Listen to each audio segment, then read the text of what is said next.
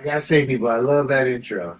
Hello, everybody. I am William Del Pilar, and this is Points on the Board, where I, your conservative Latino, guide you through sports and how politics intersect. I don't do that every week. Some weeks it's pure sports, but what makes my show unique is politics is downstream of culture, and that includes sports. And I explain how they mix. I bring some reality checks. I am no one's champion, but I do stick up for what's right, and I call things out when necessary. And that's what makes this program unique. We got a great show for you tonight. We're going to talk about MLB. Obviously, the Torpedo bats are there, but there's also a couple of quirky stories out there I want to talk about. And again, I don't always take what's the major storyline. I look for angles or behind the scenes, keeping it fun, keeping it real, but bringing it to you from a different perspective. Then we're going to talk about the NBA. LeBron and Stephen A. Even Chuck Barkley gets his shots in. And then we're going to talk about the WNBA. Sadly, the WNBA, when they make the news, even for good news, they screw it up and they get political. Then we're going to close it out with my favorite segment, the final whistle, where I take anywhere from 8 to 10 to 12, 15 topics, and I hit them in a very concise fashion of sports news happening around the nation. Some pure play sports, some politically integrated. Before we go on, you can find, or rather bookmark, grumblingsmedia.com. You'll find this podcast, Points on the Board, as well as my conservative political podcast, Fired Up, which I deal with national issues, and Fired Up California, because despite the fact it's a blue state, it's a very important state in the grand scheme of things politically. And then my other favorite is the Red, White, and Rude, where pop culture and again, from the political angle, I bring it to you. And everything is politically based today. I think with social media and the internet, it's really made people not necessarily more aware of what's happening politically, but more interesting. But I love sports. That's where I made my bones. I was a fantasy sports pioneer, helped commercialize the industry. I got paid to do that. And I've always had my love for sports. It's a different angle, though. You can also find this podcast and others like it at Rumble, YouTube, Apple, Spotify, y Pandora under the handle Grumblings Media. So let's get down to it. First up is MLB. The MLB is back.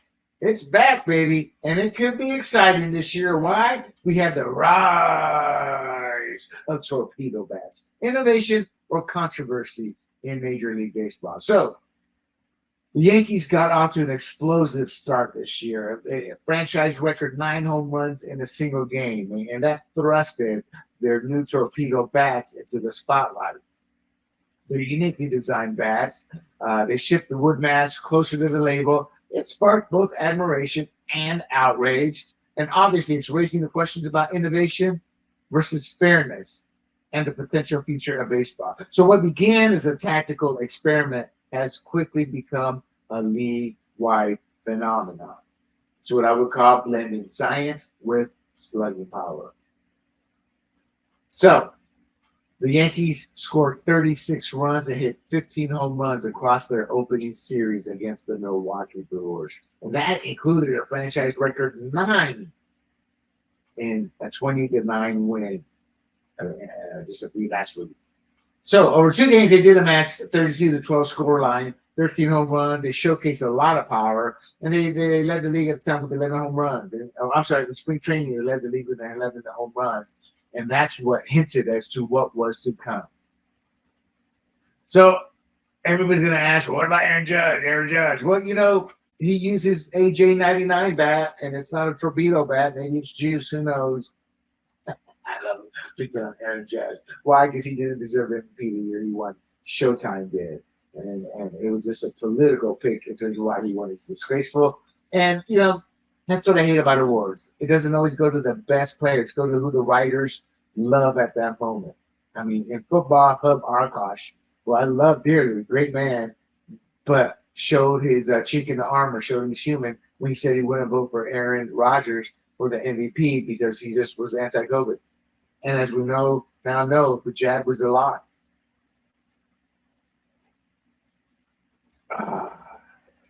So that said, he is sticking with his AJ99 bat. So we'll see how that plays out. But let's get back to the torpedo bats. Again, it's a unique design where the barrel's mass is shifted closer to the hands and label. Y'all know what I mean. I should have brought my bat in. So it's closer to the hands and label rather than the traditional sweet spot, which is up higher. And it's aiming to optimize contact with the hardest part of the bat. And this stemmed from a Yankees analytics study. Analytics, always in baseball. They studied shortstop Anthony Volpe, and they found he consistently hit balls near the label. And that prompted a redesign to boost power and exit velocity. I'm not sure exactly why they picked him, but they must have seen the little shortstop hitting with power. You know? So, guest network broadcaster Michael Kay, he highlighted all of this last week. He noted the thicker label area aligns with Volpe's hitting tendencies. And social media posts, they further showcased the bat's odd shape, and it went viral. And the bats are made by Chandler Bats. It's a Florida company, and it produces the bats, and they retail affordably. They comply with MLB rules, solid wood, match 2.61 inches in diameter and 42 inches in length. So MLB rules, that's exactly what they permit in their diameter and length. And they have no restrictions on where the thickest part lies. That's why the bat's legal, and it makes it, the torpedo bats are legal, and they were pre-approved by the rules committee. However, if this gets out of hand, it's for the MLB to amend the rules. They're going to fight this until they get pressured because they see records shattered and the media stepping in and baseball becoming exciting to the average fan again. Commissioner Rob Manfred, look, he's facing a dilemma. Ban the bats to preserve tradition or allow them to potentially transform the game. Baseball is slowly dying. It may have its little ups every so often, but it's on the downswing. It's a boring sport to watch. It's just damn boring. And what I loved about baseball, I love the pitching rules. Most people love the home runs. Most people love the home runs. I'm the exact opposite, man. I'll take a 0-0 score. It makes every pitch that much more important. So what's the reaction from the players and fans? Well, Brewers reliever Trevor O'Meara slammed the bats as, quote, terrible, unquote. Compare them to slow pitch softball gear, then potentially bush league. But he did acknowledge, hey, it was genius. It's legal. You know, fans and commentators are split. You know, that's the thing about baseball. You find a lot of traditionalists. That's why it's dying. Most baseball fans tend to be a little bit older. Now, some love it, some will cry foul, but intended. And again, it's about fairness. Despite the bat being legal, they view it as cheating. That's my first take. Hey, it gives the batter a massive advantage. You know, so social media, this was a massive trend. And on Google, it was number 3 on US Google trends. So there's a lot of intrigue about this, and it's very controversial, which is why there's intrigue. So what's the market impact? Well, it created a flood of orders from MLB players, international athletes, and high schoolers. And I guarantee you some daddy raised Pee Wee League son. The Braves are joining the trend.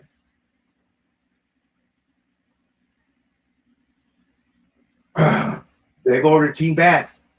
They're not dumb. This is what happens. You know, it's like the NFL. They're a copycat league. MLB is no different, you know. So Judge is going to stick to his $210 AJ99. The rest of the league will adapt, and I guarantee you, Judge is also going to adapt. So the Yankees 36-run, 15-home run series, that's not really sustainable unless the bats are the real deal. So people are saying, hey, there's an actual limit to this. I don't know. We're going to have to wait and see. But I'll say this. The bats could be standard by midseason. Not even that long. In a month, every team will have it. I think what could hold it back is the order, if they have enough bats to ship out. But I guarantee you right now, if I'm that company, it's that company's name. You got to give them incredible credits, dude. Where is it at? Chandler Bats. Right now, I guarantee you they probably have an order set to go to make these wherever they're really at. Maybe they make themselves, I don't know, but that assembly line is gearing up. So the debate's going to continue until man for man is blinded by the light, man for man. He's in the dilemma. He's going to have to make a decision. Until then, the debate's going to continue. And even after he makes a decision, it will continue. So this torpedo bat blends cutting edge science. I don't know if it's cutting edge science, unless it's described this way, with baseball's obviously storied traditions. And they've left fans, players, and MLB at crossroads. Will these bats redefine the sport, or will they fade away? We will wait and see, and I will give you an update. So I want to give some credit's due. You know, I got a lot of this info from Fanside and Outkick, two good sources out there. But this story was everywhere. Outkick's just one of my favorite sites there. So moving on, ex-Padres, the police blotter. Well, not police blotter, I guess an MLB blotter. Padres outfielder Jurickson Profar banned 80 games over a PED violation. He's with the Braves now. So, formerly of the San Diego Padres, now with the Braves, he's 80 game suspension. He tested positive for performance-enhancing drugs, and obviously a big blow to his career and the team. He's still got a big fat contract. So let's dig into some of these details. He was suspended for 80 games due to a violation of MLB's performance-enhancing drug guidelines. Mike Rodriguez, MLB insider, did report this. He broke this story.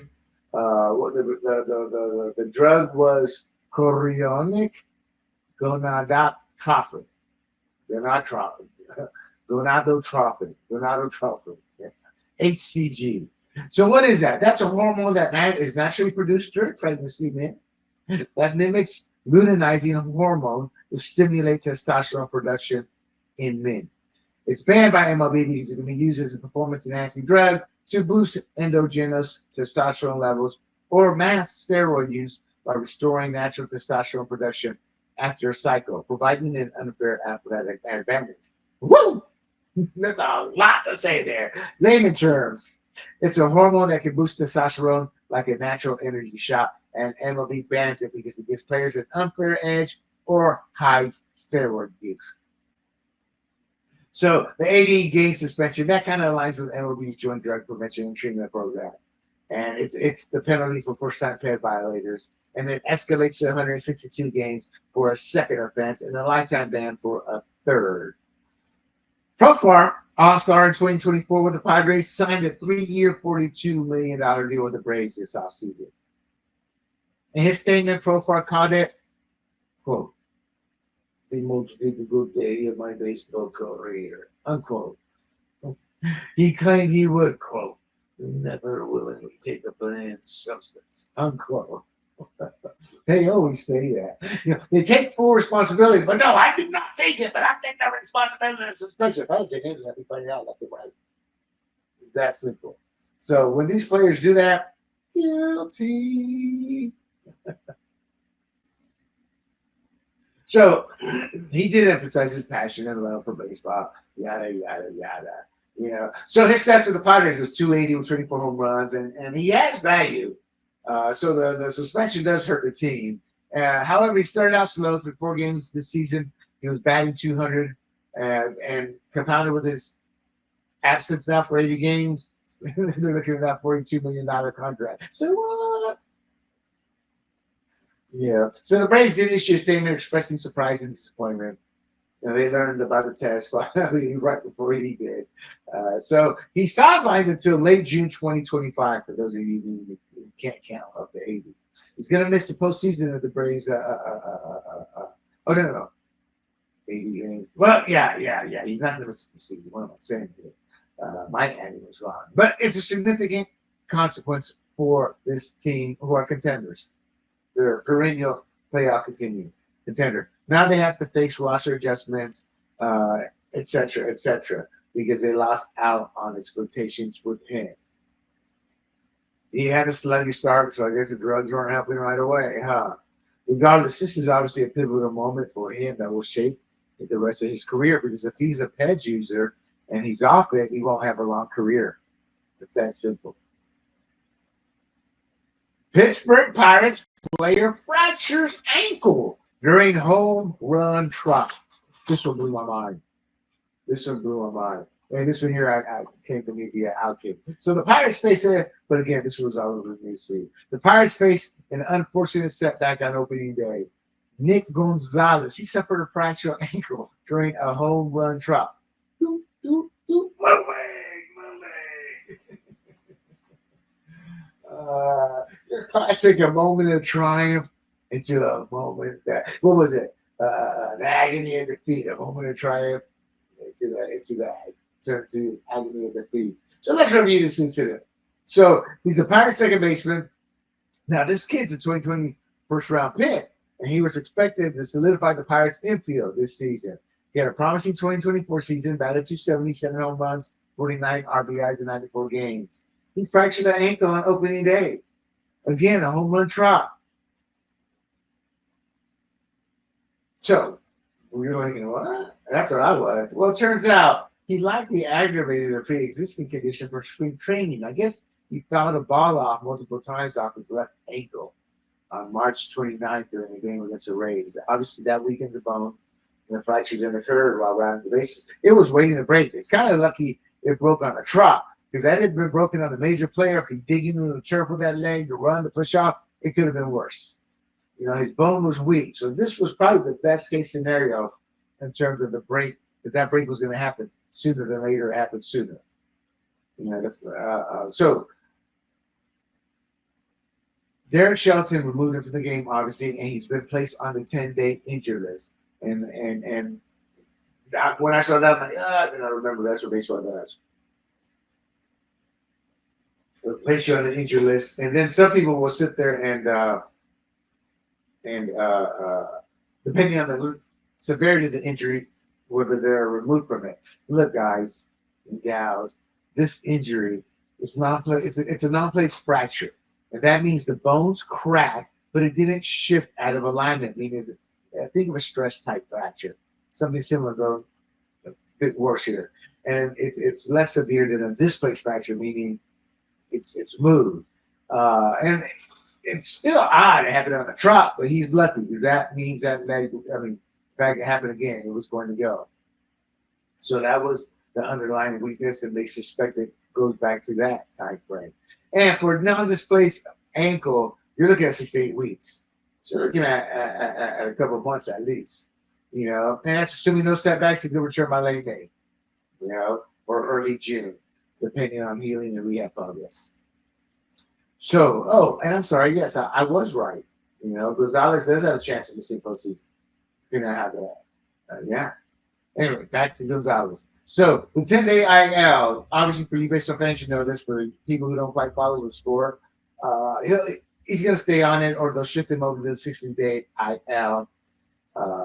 And that's just how the rules work. They don't require teams to specify the full timeline up front. They usually start with 10 days and they extend it as needed or replace it on the 60 days. So, Pirates did recall utility player Emmanuel Valdez from AAA. And, probably be him and others filling the spot until he gets back. But I just got to say, what caught my eye is just he broke his leg while trotting the bases. Not much else you can say that. We wish Gonzalez a fast recovery, but that's just one of the oddities of the sport. All right. MLB removes its DEI diversity program references. Like I told you, we do talk politics here at times. And we have good news. So Major League Baseball, they quietly removed the references to diversity, equity, and inclusion, which is another term for racism. They had them all over their website, their online platforms, and I think it's a potential shift. The winds of change are coming. And I got to be honest, I don't play politics in terms of like, hey, I'm Latino, what about my people? But I will say this, the league is heavy on Latinos. It really is. So it disgusts me that they want to put any other culture or minority ahead of the Latinos, who are the up and coming and heavily dominate Major League Baseball. It's as if they're putting preference over black individuals over Latinos as well. And I'm a meritocracy guy, meaning, hey, you earn your way. That includes blacks, white, Latino. I don't care. I will root for you if you earn your way. But I don't like that. That to me is racism. It's no different than when blacks faced the racism from the Latinos on the LA City Council. I'm like, that was wrong. And those were Democrats. I knew that that's how they believe. Every culture has their racists, whether it's white culture, black culture, Latino, or Asian. There's always racists within those groups. So I wasn't shocked when the Democrat Latinos pulled the race card in terms of they were caught being racist. And I don't like these DEI programs because all it does is create more racism and hate. And it needs to stop. So, again, I think this is a retreat from DEI initiatives. MLB has not said anything. And this is what a lot of companies will do. They'll quietly remove it because they don't want to be in the news for this. You know, some of their MLB diversities were MLB Diversity Fellowship Program and DEI Supplier Diversity Summit, i.e., unless you were black, you weren't considered. That's what it boiled down to. And I'm not against black Americans. I actually believe they are an underserved community and they are poorly treated when it comes to education. Why Democrats and the unions control the education, the education world, and they indoctrinate. And kids in LA, for example, are leaving with an 8th grade education. Latinos don't even know how to speak English and they're tossed in these schools. Most of them are illegal. So nobody's benefiting. It's just they want us to be able to vote for them, and that's it. That's the only time they care about us. So these programs don't help. They actually hurt because they create more tribalism, more hate, and it's not based off of meritocracy. Yeah.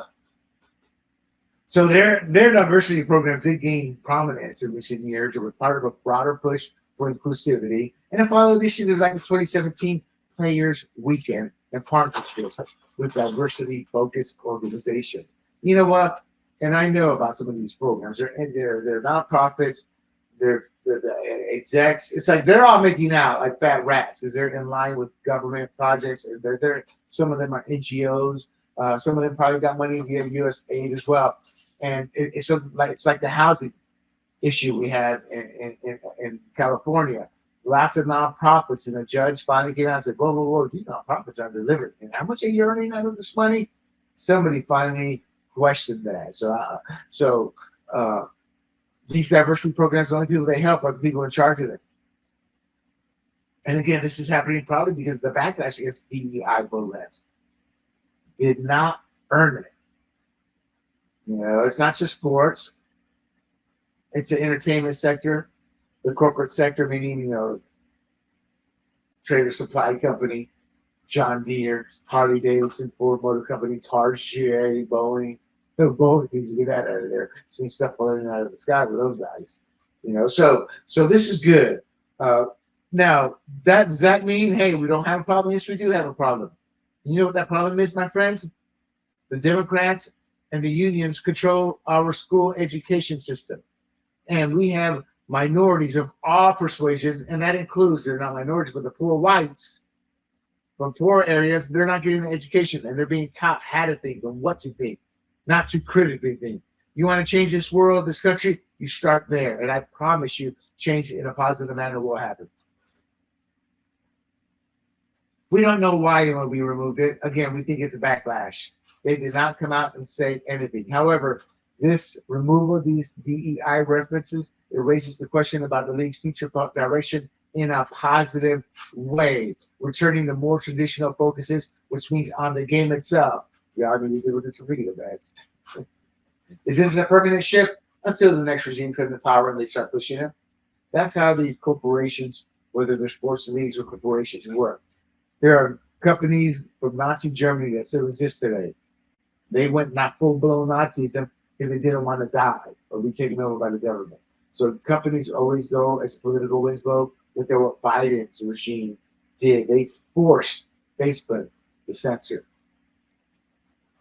That's our look around baseball, the Major League Baseball. So my tidbit here to you guys who play fantasy baseball, who are new to it, it's a grind. When you wake up every morning, take a look.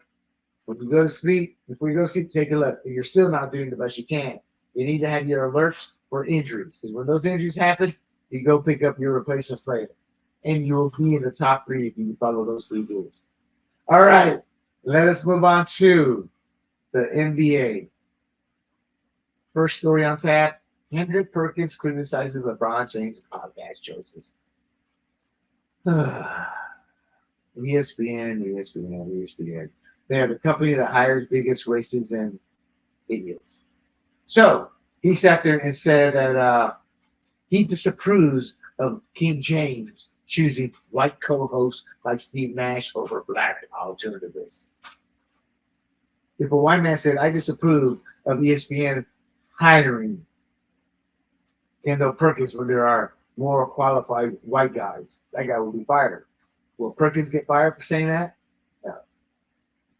So he criticized LeBron for replacing J.J. Redick with Steve Nash. He suggested James should have chosen black co-hosts instead of and he named 4 random black players and coaches. Well, King James chose not to. Moron. Yeah, so Perkins is either a racist, bigot, race bait, or all of them. He injects race into everything, and that's what supremacists do. In this case, black supremacy. He commented during a Thursday ESPN segment about the feud with Stephen A. Smith, which also had WWE flair. So he sees color in everything, and I would have loved to have heard that. And I don't know why my producer put that in the notes here, but he's a basketball analyst, but his intelligence gets lost when he goes color. So I'm sure he has some great takes on that. But the real issue I have with him is when he sits there and denies Jokic status, Nikola Jokic, as the league's best player because he's white. He did that in 2023. Every basketball player, every great, including many champions who are black, said, yeah, Jokic is the best player in the league. Again, he's a bigot, racist, idiot. He kind of wants the podcast to be like ESPN. Jamel Hill, racist, former ESPN host who called Trump a white supremacist. Trump did more for black Americans than Obama or Joe Biden did. That's not conjecture. That's fact. You go look at it. Go actually research it. Don't go read an article, but go actually see what he did. Brian Clark, another racist. Yeah. Bomani Jones, this guy was given chance after chance after chance. Yeah, well, back to Clark. Clark suggested black quarterbacks like Lamar Jackson face harsher scrutiny than white peers. He says a Sanders kid was dropping in the draft because he's black. Damn, Aaron Rodgers, you dropped in the draft when you came out because you're black? Damn, Caleb. What are you being drafted number 1 for? You're black. That's not supposed to happen. You see how easily disproven Ryan Clark is? Bomani Jones, oh my God, this guy here. They gave him show after show after show, and it failed and failed and failed. People wonder, well, we don't like to watch races. He mocked white athletes like Tebow, wore a Caucasian shirt on there to protest racial sensitivity. And he does it because he can get away with it. He should have been fired on the spot. ESPN's wondering why they're dying. ABC's wondering why they're dying. Disney's wondering why they're dying. They know why. ABC just whacked 538. They were just pro-Democrat. They lost their way and fell into the polling down like a fire. ESPN has seen their ratings tank. It's had to let a lot of people go. Why? Because they're woke. People aren't watching them. Disney just suffered the Snow White debacle. 45 million lowest rated live action entry into their stable of movies. It's a bomb. It's going to be about $150, $200 million write-off. It costs anywhere from $270, $350 million to make. It's probably going to make less than $100 million domestically. You think Disney, you have an issue with not only yourself, but ESPN and ABC? You need to get rid of people like Perkins. Not because they're black, no, because they're racist. You need to get rid of any racist. For Perkins, it's evident when he discusses Jokic, Luka Doncic, and Caitlin Clark. It's all from a race perspective. And he's right. Because people like him are pushing the race card onto those athletes because they're white. We did away with that generations ago. Why? There's been over 400 race hoaxes created. If it was such an issue as they like the claim, the Perkins of the world, why are they having to make up so many race hoaxes? A race hoax was just exposed in Allentown, Pennsylvania last week. The woman refused to have a DNA taken. Everybody else in the office did. They had to get a court order to get her DNA. Well, turns out whose DNA was on the news. I.e., she put it where she said she found it. Perkins is a racist, and he's been given carte blanche to promote and push racism over objective sports analysis. Is it because ESPN wants racists, or they're all in on the tribal wars? I don't know. But on the flip side, ESPN fired Stacey Steele, or she walked away or left.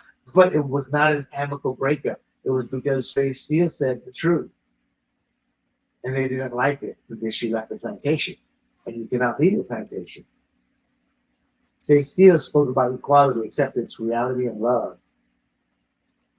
And they parted ways over the Stephen A. Smith responds to LeBron James huge escalation.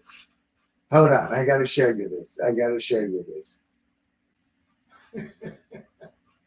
Stephen A. Smith responds to the LeBron James escalation. Here, I'll show you a few seconds of this. You can check this out at YouTube under the profile handle Grumblings Media. But here's my take on old Stephen here. Stephen A. Smith claims he'd swing on LeBron if the king got physical. Yeah, right. He's lying louder than a car alarm in the library. He wouldn't do squat against LeBron. LeBron 6'9", 250 pounds of pure beast mode. Stephen A's 5'10", with a microphone and a prayer. It's like a chihuahua yapping at a mountain lion. A total mismatch. All bark, no bite. Stephen A. The second those claws flash, it's lights out, game over. He wouldn't throw a punch. He'd throw a tantrum. Then he'd run the first take to cry about it. We all see through the bluff, Stephen A. Save the bravado for the studio. You can check those and others out. I've got another Stephen A. Smith and where he stands politically, but I just had to do a little self-promotion there, my friends. I hope you enjoyed it.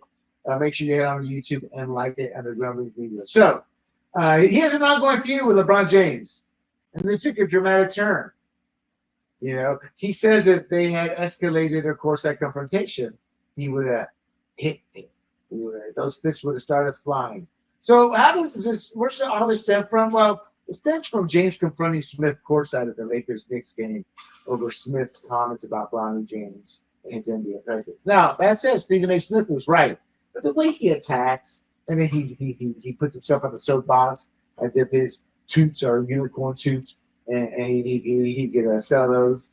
I mean, he was right to criticize him. It's how he criticized him.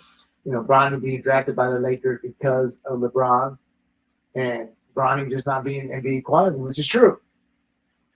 You know, so LeBron, the king, went on the Pat McAfee show, accused Smith of missing the point, turning a courtside clash into a media grab, which he did. I mean, but that's what Stephen A. Smith's paid to do. You know, and Smith responded on his podcast claiming he was blindsided by James. Yeah, he was blindsided and crapping his pants. Oh, God, I hope this guy doesn't hit me. And that's when he goes, quote, if that man put his hands on me, I would have immediately swung on it, unquote. No, he wouldn't have. He wouldn't have done squat saying, please do remove your hand. That's what he was saying. Wouldn't have done one damn thing. And I don't care if he comes back and says, I shouldn't beat me, destroy me, but I wouldn't have got that. Yeah, you would. You wouldn't have even done anything with nothing. Somebody would have stepped in, whoa, King, come on, let's go. That's what would have happened. Oh, man. James, they trolled one another. You know, James trolled Smith. You know, Smith later defended. Oh, he did defend ESPN colleague Brian Windhorst on First Take because James criticized him too. Now, James was wrong to do that. You know, I did not like that at all. And he said something. What did he say? He said something to the effect that the guy thinks he's best friends with James. He never said anything of the sort. So, yeah, that was not a good thing. You know. And so that said, what did he say? Charles Barkley did step in here as well. He had to put his 2 cents in. Hey, that's what Chuck does. That is exactly what Chuck does. Excuse me. Okay, here's what James said. James said about Brian Windhorst. That's just Stephen A. Smith in his defense. He sarcastically noted that Windhorst, quote, claimed to be my best friend, unquote. And that is not true. And Barkley was like, dude, the guy's one of the nicest guys around. And Stephen A. Smith, God bless him for this, did come up and did defend Windhorst as well. But Charles Barkley on the Dan Patrick show called both out, saying they both had an awful week. He labeled James a control freak, which James is a control freak. And he's a bully. He bullied Smith and Windhorst. But I kind of disapprove of both of them. You know, he talks a lot of trash, Stephen A. Smith. And in this era, well, somebody's going to lose their honor one day. Maybe in studio, maybe on a course side, maybe somewhere. And then it'll be broken up quickly. But at the point will have been made, you know, he did approve, Barkley did disapprove of the courtside appearance, and I kind of agree with him. But he also disapproved of him making a magnitude appearance. No, that's wrong. He can go wherever he wants. Who's Barkley going here, going to his back? Look at Barkley. You need to look in the mirror a little bit. Windhorst, Barkley said, is a, quote, sweet person, unquote. You know? But he did slam Smith as lame and weak for continuing the discussion on Arenas' podcast. But it's what makes him lose today. And Barkley knows that.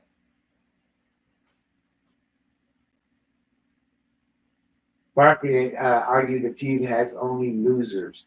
And hey, that's not hard to argue. I mean, that's very hard to argue about it. And this does damage both their reputations. They both look like sad, pathetic fools. So what you have here is just two big egos. One is actually a self-made ego. The other one's self-made too, but as it doesn't play the sport. I mean, we saw his little boxing skills.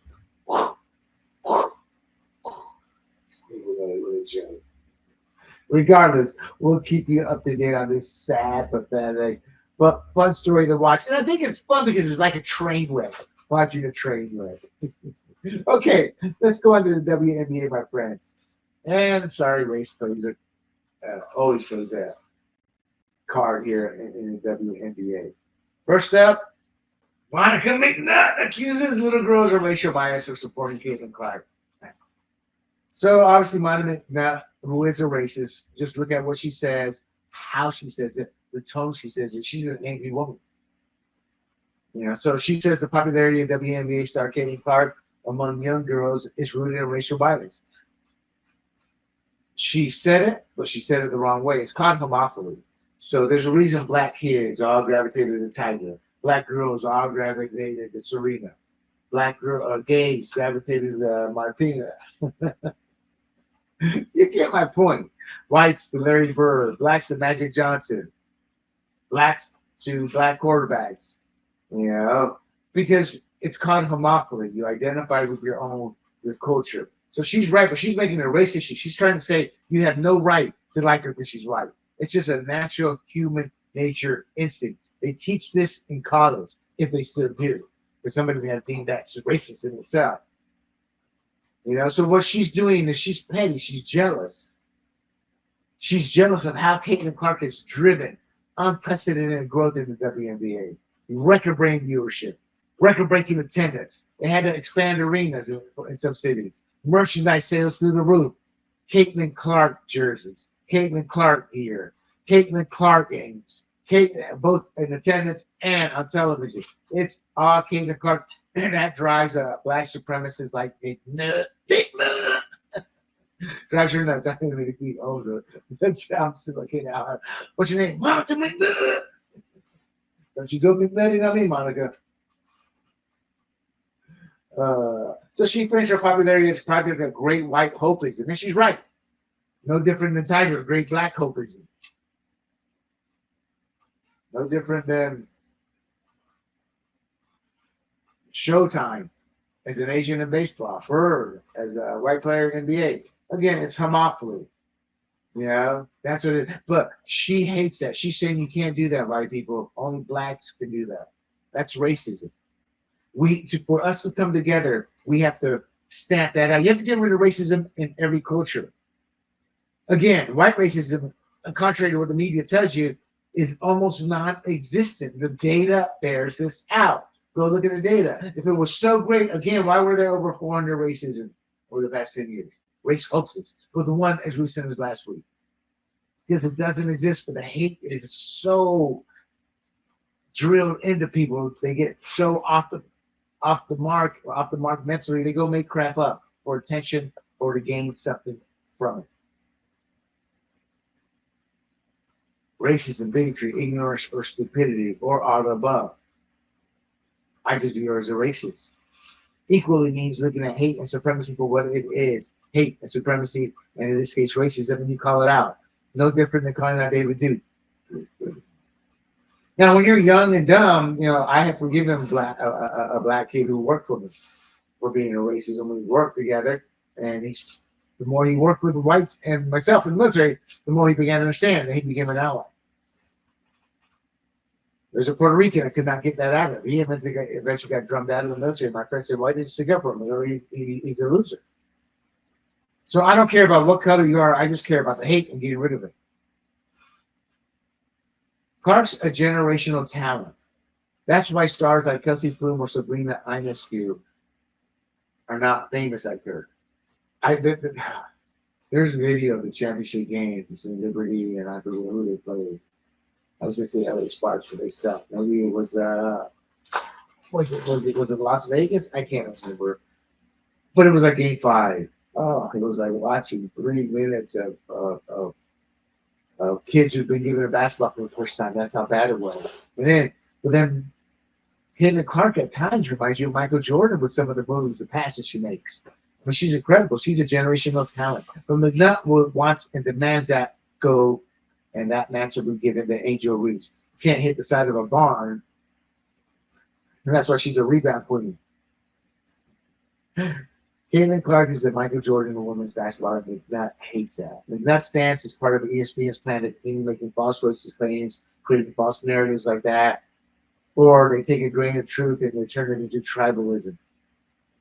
People like McNutt and others are not helping grow the WNBA. Exact opposite. They're turning people off to the WNBA. We will likely see that happen this season, despite the fact Clark blew the league up last year. Speaking of this, Clark is starting to have her defenders. Lisa Leslie tells WNBA players to stop complaining about Caitlin Clark. Lisa Leslie, how about talking to Monica McNutt? Don't let her McNutt you. So she stepped into the fray. She's urging current players to embrace Clark's transformative impact rather than resent her spotlight. Look, Cheryl Miller came to the defense of Clark just a week or 2 ago. Leslie's joining her. They're both NBA icons. She echoed Leslie's support on the All the Smoke podcast in mid-March. She defended Clark against the racism, fueled criticism. And I talked about this in the previous podcast. She argued that her success stems from talent, not race, and slamming detractors who despise her for being a white star in a predominantly black league. She laid the truth out. And it's going to take more people than myself speaking out on these. And, Disney's learning. I expect a change to begin happening. That Snow White debacle is setting them back much worse than people want to admit. Clark's a rising tide that lifts all. And that's what Leslie emphasized. It benefits the entire WNBA. Quote, when one player eats, we're all eating, unquote. And she's right. More people gain interest. It means they're watching other players. Young little black girls are going to sit there and fall in love with black players. It's human nature. It's natural. It's okay. But a lot of black players or black girls, young black girls, are going to fall in love with Caitlin Clark because they're not going to see color. They're taught that hate as they grow up. But as a child, you don't see that hate. Why do you think so many pictures of kids and little toddlers and kids playing with one another, different cultures in preschool? Because they're not taught that hate yet. So the Hall of Famer praises Clark's humility and her team-oriented approach, how she honors past players, shares credit, and that's what Clark does. So she tells players, stop being jealous. Stop being a jealousy-driven, grumbling hoe, and recognize Clark's success. And she confronts all these rumblings of jealousy. Sold-out games they're jealous of because of Clark. Hiding demand for tickets because of Clark. They get jealous. She says that should be celebrated, not criticized. This is a historic shift for the league, and they're blowing it. Look, Leslie's no-nonsense called it unity. That underscores how Clark's star power is the golden opportunity for the WNBA. It's not a threat to the players. That said, Clark herself has hurt her own cause and the league's cause when she came out and talked about stupid talk about her white privilege. She was forced to. Her agent probably said you can get away with it low key, say here, make them happy. It's not during the season. Not many will see it, but everybody heard it. Well, she was saying, no, it wasn't my talent or hard work that got me here to NBA. It was white privilege. That's what she said. So I'm done. I'll be honest. I tried watching the WNBA. It's horrific. Outside of Clark, I watch Clark draw lights now. I haven't even bothered. I'll just report stories like this. It's important to get out in front and tell you what the truth of what was really happening over the false narrative and outright lies they want to promote, the ESPNs of the world, their bigoted, racist, and tribalistic hosts. By tribalistic, it means you're of one side. But I'll no longer watch a game or support or the league. She should have stood strong. That's how you unify. You don't unify by caving in. And we're not done with Clark. Nafisa Collier questions Caitlin Clark's fevers dominating national TV. So the Minnesota League star, Nafisa Collier, she sparked a lot of discussion because she had a kind of take on Indiana Fever. So the Indiana Fever has secured 41 nationally televised games this season. The reigning champs of New York Liberty don't have it. She drew millions per game. Caitlin Clark did. No, we weren't watching because of the Liberty and Sabrina Ionescu or the Vegas, the LA Vegas or whatever they call it, the Vegas Aces, because of she's an MVP. Kelsey Plum, the white chick or the MVP, Jaya Wilson, I think. I don't even remember these names, but we weren't watching because of that. Clark has massive appeal. People want to watch Caitlin Clark play. Now, Nafisa said that. Collier said that. But then she pushes back. It's kind of crazy that the defending champion Liberty with 32 and 8 record and a little title win over her only get 32 televised games. No, it's not, because those are going to be low-rated games. This isn't a league. They marketed Magic and Bird. Then they marketed Jordan. They marketed the star players. And in the case of WNBA, you have one. Aja Wilson. You only have one. You may have other players, but you only have one superstar, Caitlin Clark. Maybe lay off the 17 flagrant fouls this year as you did last year. The most of the leagues are 4 person. Again, in the championship game 5, it was horrible. I mean, it's just bad basketball, ugly basketball. I'm like, yeah, I was laughing at it. That's how bad it was. You know, Collier says both can coexist. No, they can't. We don't care about the Liberty. We don't. But hey, if I'm proven wrong, God bless you, the league is right. Then she mentioned Aja Wilson. They have 33 games, I guess, and her own team, the Minnesota Leagues. We don't care. Show us some game like Caitlin has, and maybe we'll care. And she may be good. They may dominate. You know, mediocre, quality player dominating mediocrity. But Caitlin Clark's a generational player. There's a younger Gigi Watkins. Some of that looks to be even better. So you do have some potential star power. But instead of embracing, you're hating on Caitlin. And she's not hating. Nafisa Collier's not hating. She has a ludicrous, ignorant take, which shows she has no clue on how business works. And no clue that they bought the rights. They're going to show the games they want to show to draw an audience so they can sell advertising. All right, here's a terrible one here. WNBA named top 5 most innovative company for some reason. I saw this one on Outkick. I gotta be honest, a lot of these articles this time around came from Outkick. I was like, oh, it's like a gold pipe. And Outkick does what we're doing here at Grumblings Media as well. As a conservative Latino, I was always politically involved. Like I said, I sold my company, which is sports, went into politics, ran for my local office here, got elected, was a rising star. And I wasn't told by anybody officially, you're our next star. It was just people telling me, dude, you're doing well. There's high hopes for you. People think you can be something. But then I started voicing my opinion. And my opinion is not politically correct. It's Riosville. Like I'm talking here. I want us to be a unified country of Americans. I am an American first, a Puerto Riqueño, Panameño second. I love my Latino culture, and I don't love it by openly wearing it on my sleeve. I love it with the foods I eat, with my family, you know. But I've been forced to go, hey, I'm a Latino, that's who I am. Why? To show everybody we are diverse. My grandmother, black, my cousins, brown, Asians in the family. We just run the whole gamut. Forgot why I got on that rant, but moving on. Oh, it's because of WNBA and these women. They just drive me nuts. You know, you have a golden apple in front of you and you're freaking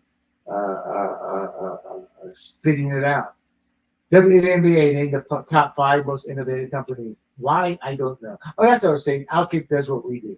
We talk about politics and sports, politics and culture, all of it. But our focus is on sports, so, you know. So the WNBA's unexpected ranking as a top 5 innovative company by Fast Company has left everyone stating, what the beep?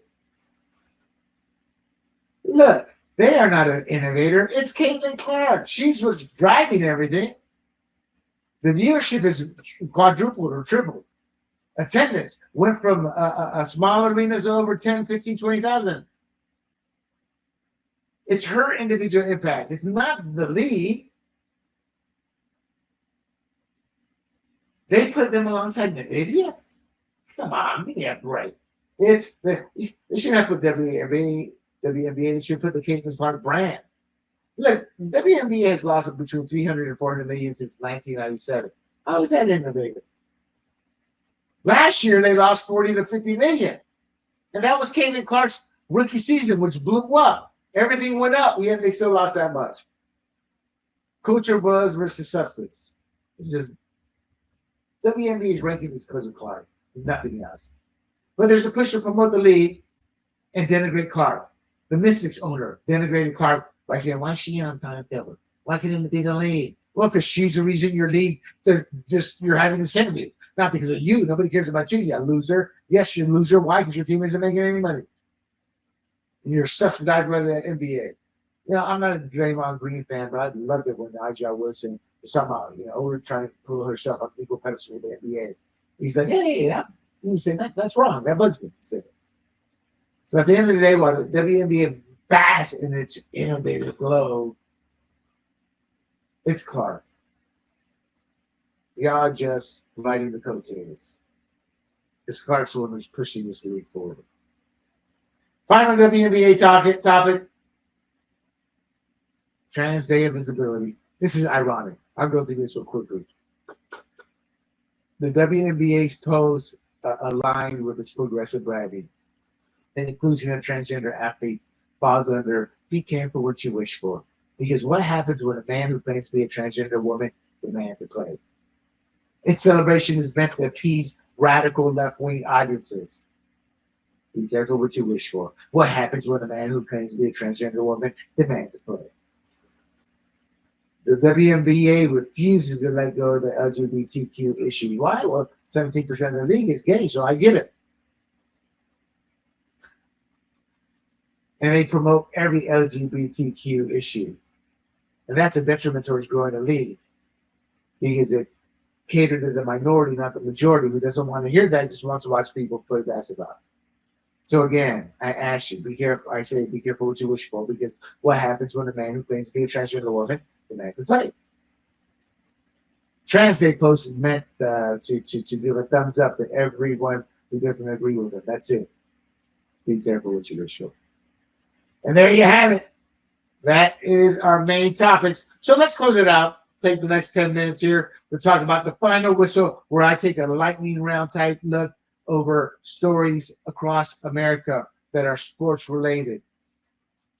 The final whistle number 1, the Trump Turnberry vandalized by pro-Palestinian activists. So this is golf course, that's where the sports relation comes in Scotland. It's vandalized by Palestinian action activists, and they got a sort of response from the authorities.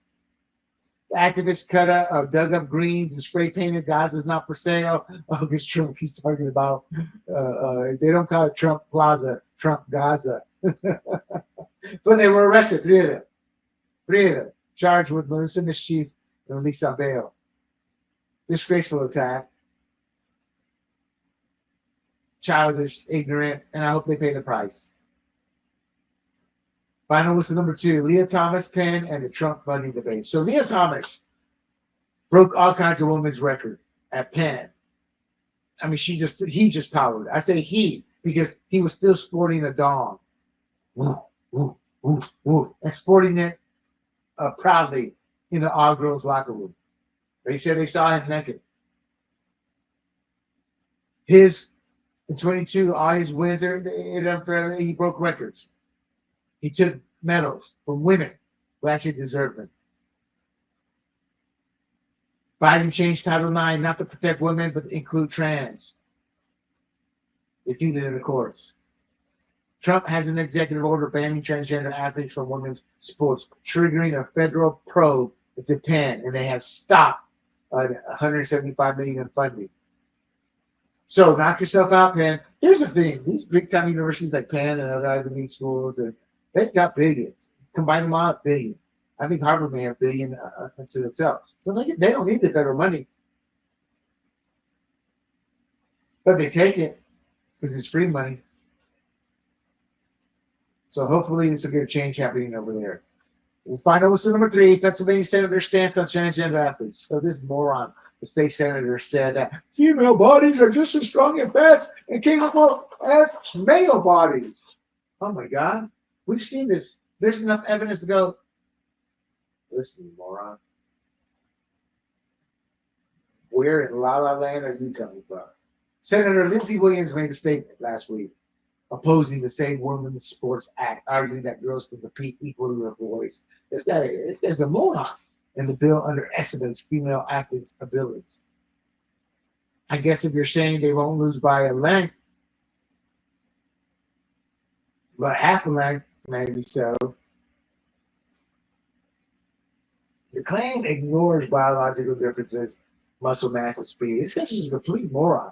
And if I'm his opponent, I'm using this. This is one of those 80-20 issues that people talk about. 80% of the country is against men and female sports, and 20% just refuses to let it go. They're called Democrats. I tell you. Number 4, the number 1 seed, sweep, Final Four, first time since 2008. I was like, holy mackerel. I think somebody was making fun of Jay Bilas of ESPN because he picked a Final Four to be all number 1s, and they're mocking it because it rarely happens. But number 1 seeds, Auburn, Florida, Houston, and Duke, all advance. It's a rare feat. Duke is favored at 105 odds to win the title, followed by Florida at 270, Houston at 400, Auburn at 500. So the sweep did fuel debates over seeding accuracy, and March Madness lost the unpredictability that people love, leaving fans of Cinderella stories disappointed. Not really, because you're watching the game hoping for Cinderella story. At the end, you look back at it and you go, oh, there were no Cinderella. But you're not thinking that at the moment because every game can produce a Cinderella. So good for Duke. I'm a Duke fan.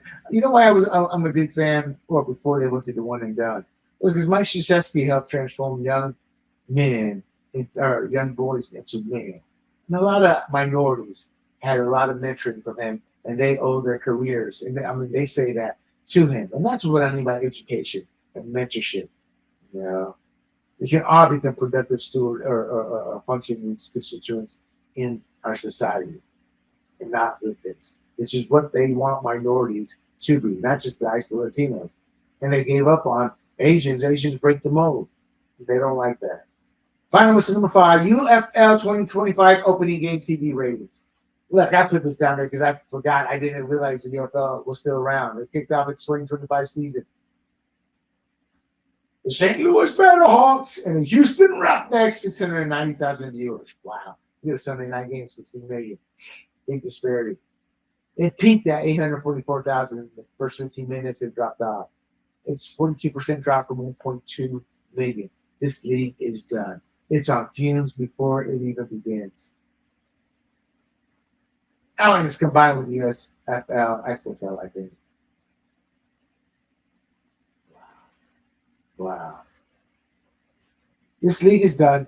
It is done. Honestly, WNBA would go the same route if they were left to fend for themselves. So look for the UFL for this to be the final season, I say.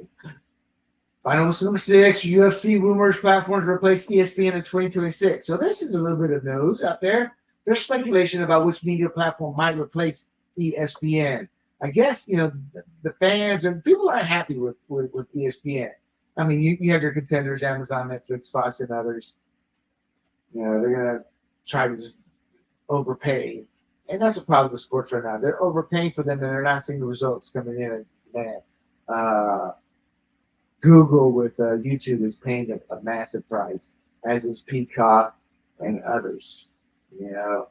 But they want to leverage their financial power and tech to tap UFC's nearly 700 million strong global fan base. Do that many watch? I don't know. But you're going to see a lot of overpaying bids. So ESPN's 1.5 billion contract is ending, so you look for a potential shift. If they were all that, like the article tried to say, ESPN be tripping all over their feet trying to get a new deal done. But there's been grumbles over ESPN's coverage quality and accessibility. Final whistle number 7, Roger Clemens honored at the White House. Well, he wasn't honored at the White House. He shared his views on Fox News' The Will Kane Show, talking about, hey, going to the White House, it's an honor to go to the White House, no matter the president. He had 7 Cy Youngs. Some of them were juiced up Cy Youngs. But he expressed support for Trump, saying he'd root for him like any other president. So my issue here with this is, you teams, you're young. This is a lifetime opportunity. Some of you guys are only going to win one championship. There's going to be others who are going to win multiple championships. They have multiple opportunities, but you still must be invited. So to be able to put that as part of your life's adventures and tell your grandkids, it's something you'll never get back. So don't be stupid, ignorant, and do what the plantation wants you to do, send a political message. Just realize this is the house that represents the country. And you get the tour of it, you get to have some moments in there. And if you don't win again, the odds of that happening is slim to none. Final thing number 9, Lionel Messi's fake autograph trading card. So all he found is on one side of the athletic. Hey, they're left this rag, but they have good sports stories. It's old school, athletic, the best out there, better than ESPN, Fox, better than any insider. It is the best sports destination, period. So I found a story on here about counterfeit Lionel Messi trading cards surfaced. Michigan family uncovered a fake in their 2021-22, I think it was a Tots pack. Nick Bruce and his son, they found a rare Messi autograph card around Christmas last year. But when they went to have it checked out, the PSA graders rejected it as fake in early 2025. I think Messi can look at it and tell, but he hasn't returned any common cause. But it was, so Topps offered a replacement without admitting fault. Somebody tried to say maybe it's a major family said no, not something like that.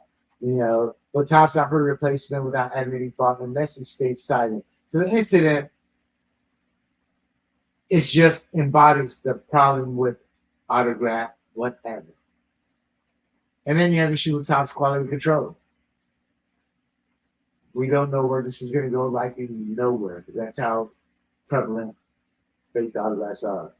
So, final whistle number 9, Wisconsin parents claim school punished their daughter unfairly. So 2 Wisconsin parents filed a civil rights complaint alleging Westosha Central High School punished their daughters for refusing to change, refusing to remove and forcing them to change in front of a transgender kid, in essence, a boy.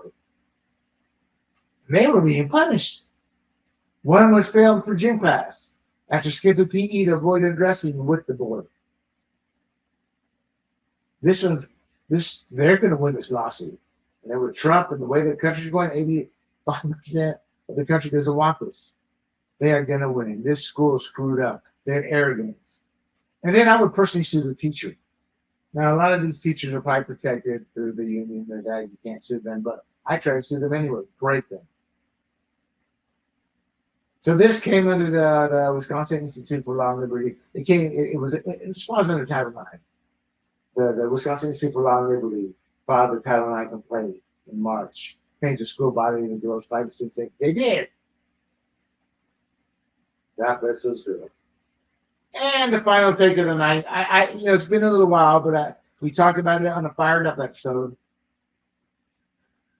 Big George Foreman, boxing legend, he passed away March 21st. 76 years old. I just want to give my thoughts and prayers to the family, to all the Georges out there, to all the George Foreman, first, second, third, fourth, fifth, sixth, seven, eight, nine, 10. However up you go. He had a remarkable career and reinvented himself. It was his latter persona that made him worldwide famous. He was a bitter, angry bully before he found God. And once he found God, he completely changed. And again, he's a lovable beast. Now, I heard in the sports, I did hear a few negatives here or there, but no different. We're human. He's a man. And nothing bad. It's just, it's like we expect these people to walk on water when they say they're lovable, affable, and likable. Well, I have our issues too. But, tributes, praises, resilience, and charisma. Rest in peace, Big George. God bless you, and much love and success on your current new journey.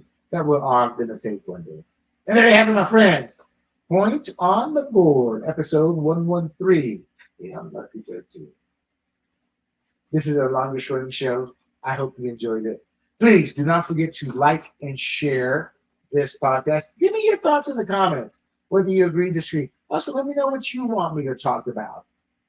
Do not forget, bookmark grumblingsmedia.com, where you can find this podcast and my other podcasts and other podcasts. We've got quite the compound we're building. And again, you can find us on YouTube, Rumble, Apple, Spotify, and Pandora under the handle Grumblings Media. I hope you enjoy the show. Do not forget, like and share. And until next time, I am William Del Pilar for Points on the Board. Hey everybody, this is Big John from Grumblings Media, and I just want to say thank you for watching our content.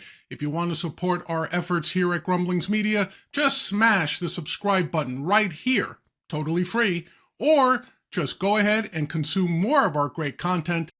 Click either one of these two boxes.